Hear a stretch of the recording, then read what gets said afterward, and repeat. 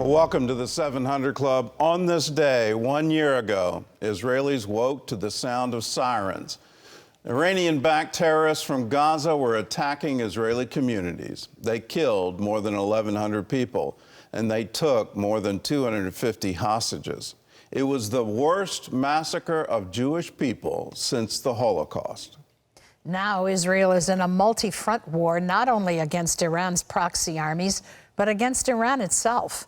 As the fighting continues, the nation is remembering the victims of October 7th.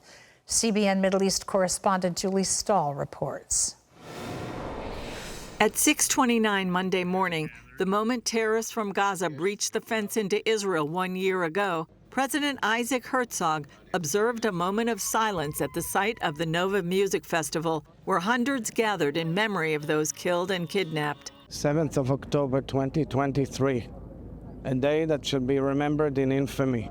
This is a scar on humanity. This is a scar on the face of the earth. It's one of many observances happening throughout the country to remember the October 7th attacks, including an event by the government press office, the National Documentation Project, which is collecting stories of those who suffered that day. All of mankind, we have to remember what has happened on October 7th. We have to remember the atrocities. We have to remember the people who are still being held hostage in Gaza.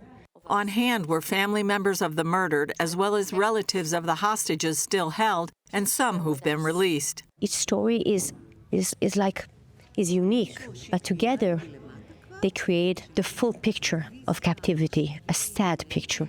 Shai Zohar is the uncle of Omer Nutra, a dual Israeli-American citizen and tank commander who was kidnapped as he responded to the attacks. Omer was taken alive out of that burning tank that you've seen on the morning of October 7th. Ever since, we have not heard a thing about Omer. Zohar is leading a Jewish prayer effort in Tel Aviv, crying out for the return of the hostages. The world needs to make a unified stand against Hamas and saying they need to come back. Period. It's been a year, and whatever it is that needs to be dealt with will be dealt with after the hostages release. This weekend, Israeli Prime Minister Benjamin Netanyahu said Israel is fighting a war on 7 fronts against the enemies of civilization, including Iran, which launched more than 200 ballistic missiles at Israel last week.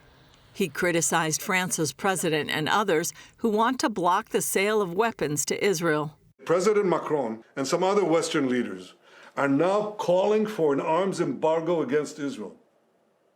Shame on them. Meanwhile, Hezbollah continues to fire rockets at Israel as the IDF carries out surgical strikes in Beirut.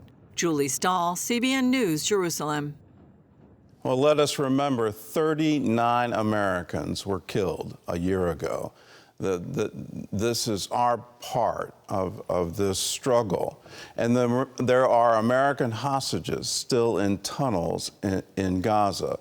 It's incredible to me that you could see protests on American college campuses supporting their capture, supporting Hamas.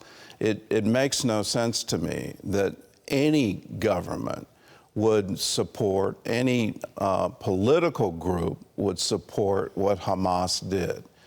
And when you turn to Lebanon and what Hezbollah is doing, where they're firing rockets at civilian targets, it makes no sense that the world isn't standing with Israel to say, never again. We all vowed after the Holocaust, we would never see this again. And here it is. Now is our generation's turn, and we need to stand against anti-Semitism. We need to stand for Israel.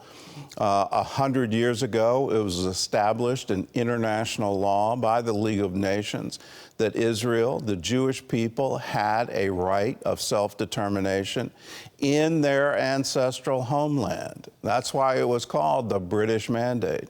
That came into being in 1948. The UN recognized the state of Israel.